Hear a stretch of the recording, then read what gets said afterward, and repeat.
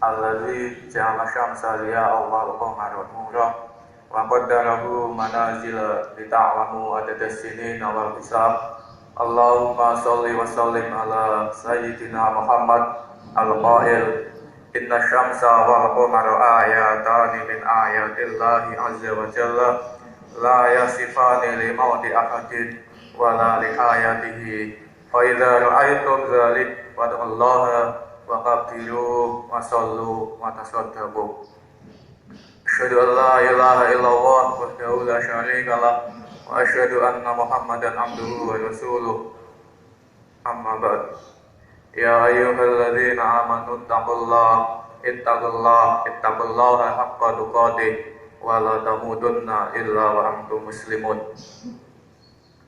Alhamdulillah, pada kesempatan pagi yang cerah ini kita bersama berkumpul dalam sebuah momen yang sangat langka, dalam sebuah momen yang tidak bisa terjadi setiap tahun, bahkan harus menunggu belasan tahun, yaitu adanya gerhana matahari.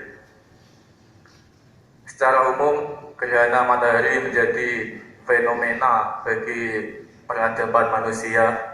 Jika kita melihat sejarah manusia dimulai dari peradaban Yunani kuno, kita melihat bahwa adanya fenomena gerhana, baik gerhana bulan maupun gerhana matahari, menjadi sebuah kajian yang senantiasa berkembang sampai saat ini.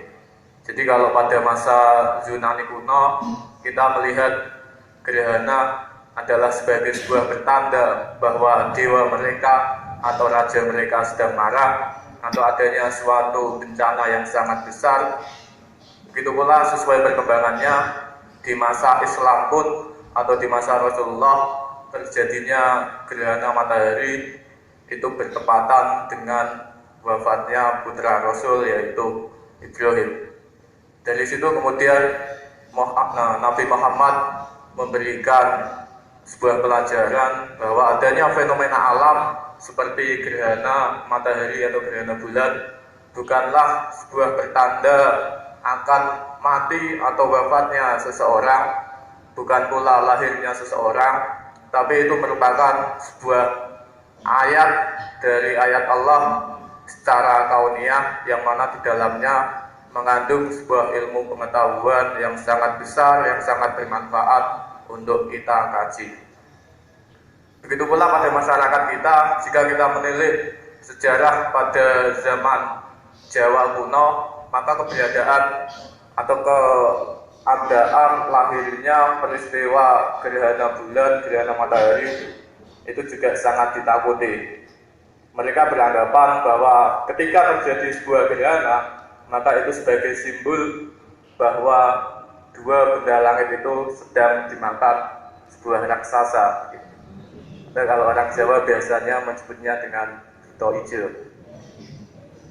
Ya, sehingga pada saat Jawa kuno dulu mereka beranggapan ketika terjadi gerhana matahari, maka semua makhluk hidup, hewan, tumbuhan, manusia itu semuanya harus bangun. Mereka yang hamil harus keluar agar bayi dalam kandungannya tidak dimakan oleh raksasa tersebut.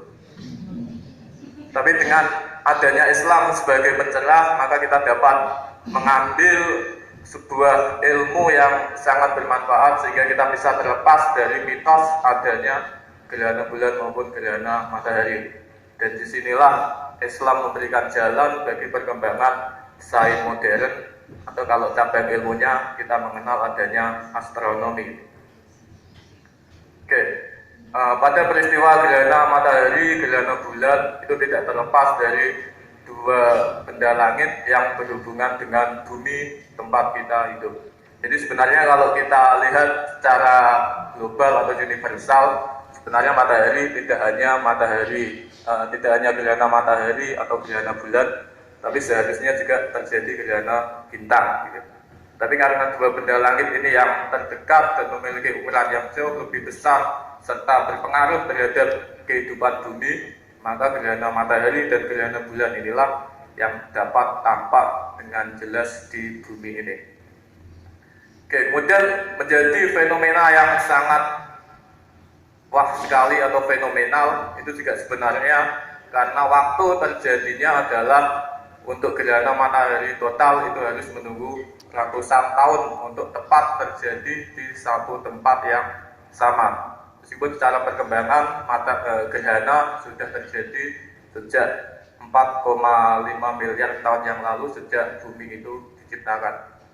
Tapi untuk dapat terjadi secara tepat, katakanlah di Jawa Tengah, itu berdasarkan sejarah terakhir terjadi pada tahun 1983 dan diprediksi paling dekat dengan Jawa Tengah yaitu di Jakarta itu baru terjadi sekitar tahun 2049 yang akan datang. Silakan dihitung usia kalian nanti ke Jakarta itu akan melihat adanya gerhana matahari total. Oke, kemudian bagaimana kita bisa menghitung adanya atau waktu tepat terjadinya gerhana matahari maupun gerhana bulan? Secara ilmu pengetahuan saat ini hal seperti ini bukanlah sesuatu yang menakjubkan atau sesuatu yang sulit, karena secara eksak di bidang astronomi atau kalau bahasa santrinya ilmu falak gitu, situ nanti dapat kita pelajari bagaimana keteraturan benda-benda langit yang di dalamnya nanti kita sebut sebagai tata surya. Untuk gerhana matahari sendiri, seperti yang kita ketahui, gerhana matahari dapat terjadi pada 3 fase. Yang pertama adanya gerhana matahari total, gerhana matahari sebagian, dan gerhana matahari cincin. Di Indonesia untuk tahun ini secara umum terjadi gerhana matahari sebagian, tapi untuk wilayah Indonesia Timur, lebihnya timur bagian tengah itu dapat terjadi gerhana matahari total. Kalau kita buka kembali buku fisika kita, di situ dapat kita baca ada beberapa hukum yang telah mengajarkan kepada kita bagaimana keteraturan dari benda langit tersebut. Kalau kita lihat dari ilmuwan Muslim yang lahir sejak zaman masa kejayaan Islam, itu banyak ilmuwan Muslim, katakanlah ada Al-Haytham, Ibnu Sina, dan yang lain. Jauh sebelum masa Renaissance atau masa Eropa, nenek moyang kita, para ilmuwan Muslim sudah dapat memprediksi, sudah dapat menghitung kapan terjadinya matahari tersebut. Dan yang paling sederhana adalah gerhana itu terjadi ketika matahari, bulan, dan bumi itu berada pada satu garis lurus, atau kalau bahasa santrinya berada pada posisi istimewa gitu ya. Oke, dari hukum Kepler kita mengingat bahwa ternyata posisi revolusi dari planet kita bumi terhadap matahari atau dari bulan terhadap bumi itu membentuk suatu bangun yang disebut dengan elips. Sehingga dari keadaan tersebut memungkinkan matahari, bulan, dan bumi itu dapat terjadi pada beberapa keadaan yang berbeda. Ketika terjadi gerhana matahari total, itu menunjukkan kalau saat ini bulan dengan bumi itu berada pada garis terdekatnya. So, kalau yang masih ingat ada aphelion dan perihelion. Dan untuk Indonesia sendiri kan karena terdapat atau luasnya dari 6 derajat lintang sampai 11 lintang utara selatannya, maka di Indonesia terbagi menjadi beberapa bagian. Sebagian ada yang total dan sebagian ada yang gerhana matahari sebagian. Itu adalah karena adanya faktor umbra atau adanya garis gelap yang diterima oleh daerah tersebut. Untuk daerah yang tepat lurus dengan garis matahari, bumi, dan bulan, maka yang terjadi adalah gerhana matahari total. Tapi untuk di daerah Jawa Tengah, karena sedikit membelok sekian derajat, maka kita mengalami gerhana matahari sebagian. Dan waktu kisaran terjadinya gerhana itu berkisar antara 2-3 jam. Oke, kemudian dari peristiwa gerhana matahari sangat penting bagi perkembangan ilmu pengetahuan, di antaranya dengan mengetahui adanya gerhana matahari, terlebih gerhana matahari total, Ini untuk yang kelas 12 ya. Kita dapat mengetahui atau mengukur adanya jilatan api atau yang kita sebut sebagai corona. Jadi setiap tahun atau setiap dasawarsa ya 10 tahun itu corona itu akan memiliki jilatan api yang panjangnya berbeda-beda. Dari situ nanti kita dapat mengetahui bagaimana energi radiasi yang dipancarkan oleh matahari saat ini. Begitu pula untuk reaksi yang terjadi di matahari, ada reaksi fisi dan fusinya, bagaimana dia berkembang di dalamnya. Ini sangat penting karena untuk mengetahui bagaimana suhu matahari, sehingga dalam perkembangannya kita dapat mengetahui bahwa ternyata suhu matahari itu semakin lama apakah akan semakin tinggi atau semakin turun. Dan ini tentu berdampak pada kehidupan manusia. Sehingga kalau bahasa kasarnya, mereka yang sedikit tahu tentang kapan berakhirnya alam semesta adalah para astronom, gitu ya. Jadi astronom dapat memperkirakan dengan adanya gejala-gejala alam seperti itu, mereka dapat memprediksi bagaimana nasib alam semesta ini ke depannya. Apakah dia akan terus mengembang dalam batasan tertentu hingga akhirnya nanti meledak, atau dia akan kehabisan energi sehingga akan kembali menyusut ke bentuk yang paling kecil. Oke, kemudian kalau kita tarik ke Islam, sini kita bersama melaksanakan sholat gerhana matahari, di mana kalau kita lihat sholatnya berbeda dengan sholat secara umum. Jadi kalau dalam fikih sholat yang berbeda itu adalah sholat jenazah sama sholat gerhana. Oke, ini tidak terlepas atau kalau kita kaji secara ilmiah, maka ada beberapa alasan yang dapat menguatkan keimanan kita. Kenapa kita sholatnya tidak seperti sholat wajib. Oke, kalau kita lihat sholat yang dilaksanakan dari fajar sampai tengah hari itu bilangannya selalu 2 rakaat, gitu ya. Untuk sholat gerhana sendiri, kenapa harus 2 rakaat tapi terdiri dari 2 rukuk dan sujud dalam satu sholatnya hanya 4 sujud. Oke, yang pertama untuk sholatnya sendiri, kenapa kita harus sholat gerhana? Ini terkait dengan keadaan tubuh kita, bahwa ketika terjadi perubahan posisi matahari itu secara alamiah tubuh kita memerlukan relaksasi, gitu ya. Jadi kalau kita sadari sholat zuhur, sholat asar, maghrib, isya dan subuh itu adalah waktu-waktu di mana radiasi cahaya yang kita terima itu berada pada fase perubahan, entah bertambah panas atau bertambah dingin. Dan secara alamiah atau dalam kesehatan, pada saat keadaan seperti itu tubuh kita membutuhkan keadaan yang rileks. Sehingga kalau di dunia non agama ada senam yoga yang dilaksanakan pada pagi hari, gitu. Itu salah satunya juga untuk merilekskan tubuh kita. Tapi kalau kita sebagai muslim dengan sholat, maka secara tidak langsung kita sudah memenuhi kebutuhan tubuh kita untuk relaksasi. Kemudian kenapa dalam satu rakaat 2 rukuk dan dalam satu sholatnya ada 4 sujud? Kita coba telaah dari segi matematika. Oke, yang pertama kalau kita lihat dari rukuknya atau dari berdirinya dulu. Jadi secara perhitungan, maka saat kita sholat gerhana, posisi berdiri kita mengalami 4 kali berdiri. Kalau dalam matematika kita tentukan sudutnya, maka pada saat posisi tegak yang terbentuk adalah sudut 180 derajat. Berarti kalau kita ambil 4 gerakan itu menunjukkan besarnya sudut 720 derajat. Kalau kita ambil matematikanya lagi, satu putaran penuh itu hanya membutuhkan 360 derajat. Artinya 720 di sini menunjukkan bagaimana kebesaran Allah yang melingkupi tidak hanya 1 atau 2 dimensi, tetapi sampai 3 dimensi. Sehingga ini menyadarkan kepada kita bahwa sebenarnya sepandainya kita, sekaya-kayanya kita, atau setinggi-tingginya jabatan kita adalah kecil di mata Allah.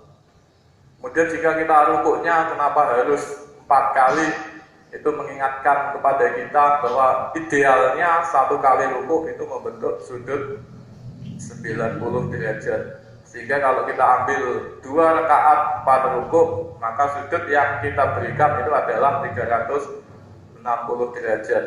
Jadi memberikan pengertian kepada kita tentang kekuasaan dari terjadinya gerhana. Bahwa dalam satuannya atau di situ ada bentuk elips dengan juringnya, di situ sudutnya adalah 360. Kemudian dalam posisi sudutnya 4 kali sujud, jika satunya idealnya adalah 45 derajat, maka dalam posisi 4 kali sujud kita telah mempunyai sudut yaitu 180. Ini khusus untuk gerhana menunjukkan bahwa 180 adalah sudut yang terbentuk dengan lurusnya matahari, bulan, dan bumi. Itu sebagai alasan kita untuk dapat menambah keimanan kita, ketakwaan kita kepada Allah Subhanahu wa Ta'ala dengan adanya fenomena alam ini. Di fenomena alam bukan untuk dikaitkan dengan hal-hal yang mitos, karena ternyata secara kajian Islami yang terhubung dengan ilmu pengetahuan, maka ini menjadi sesuatu yang menarik.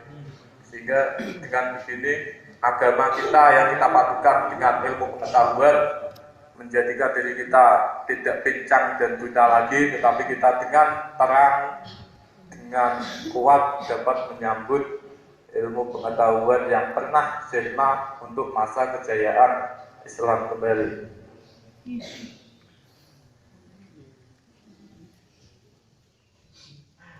Untuk yang kedua pertama, saya kira cukup itu. Qouli qouli hadza wa astaghfirullah innahu huwal ghafurur rahim.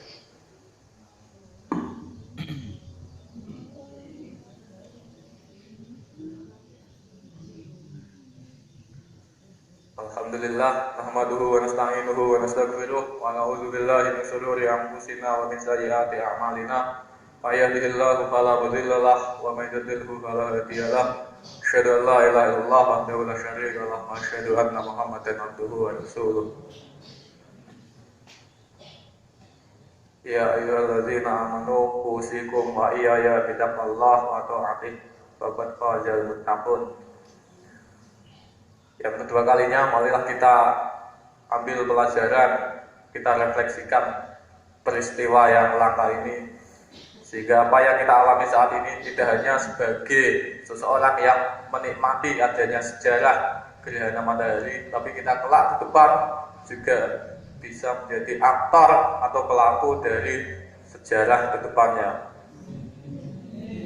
Kita tidak hanya menjadi seseorang yang senantiasa menyimak, senantiasa membaca, tapi bagaimana kelak kita dapat merealisasikan, kita dapat menyatakan apa yang telah menjadi cita-cita kita bersama, sehingga dengan keberadaan kita yang kita bekali dengan agama dan dengan ilmu pengetahuan, maka masa kejayaan Islam itu dapat kita raih kembali.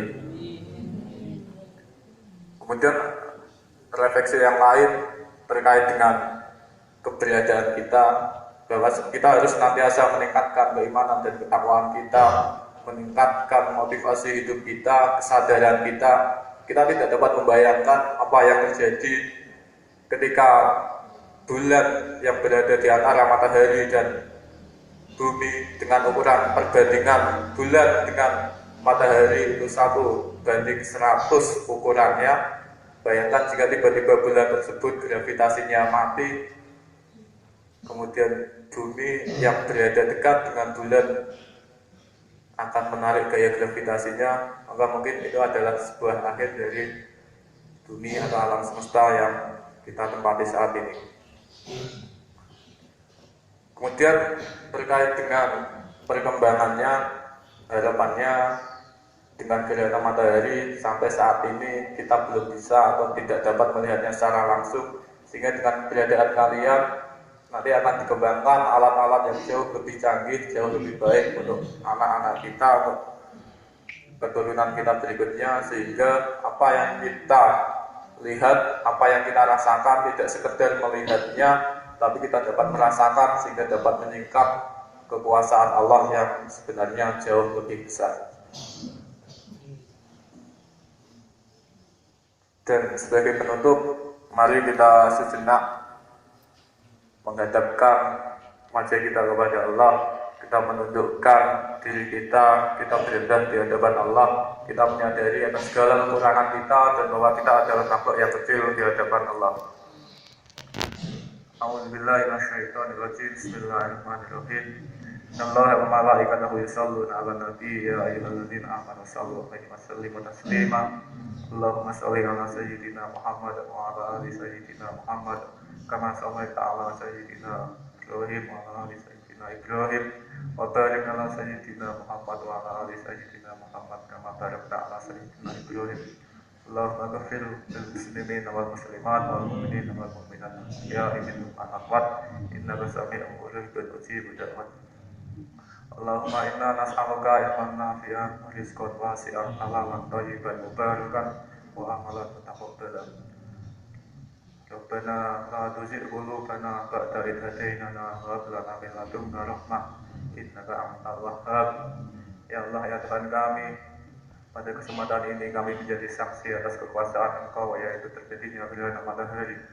Semoga atas izin Engkau, atas ridha Engkau, memberikan kesempatan kepada kami, memberikan kesempatan, kemampuan kepada kami untuk mengungkap kekuasaan Engkau yang jauh lebih besar. Izinkan kami menjadi ilmuwan yang kufat, menjadi teknokrat yang kufat. Ya Allah, dengan cahaya Engkau, semoga Engkau tuntun kami dengan nikmat dan rahmat Engkau. Semoga Engkau arahkan kami, Engkau berikan jalan kepada kami menuju jalan apa yang kami cita-citakan yang mulia ini. Dan semoga dengan apa yang kami cita-citakan ini menjadikan agama Engkau kembali tegak dengan masa masa yang pernah jaya di masa Rasulmu. Allahumma arinal haqqa haqqa wa arina ittiba'ah wa arinal batila batila wa arina ijtinabah. Rabbana atina fid dunya hasanah wa fil akhirati hasanah wa qina adzabannar. Subhana rabbika rabbil izzati amma yasifun wa salamun alal mursalin walhamdulillahi rabbil alamin.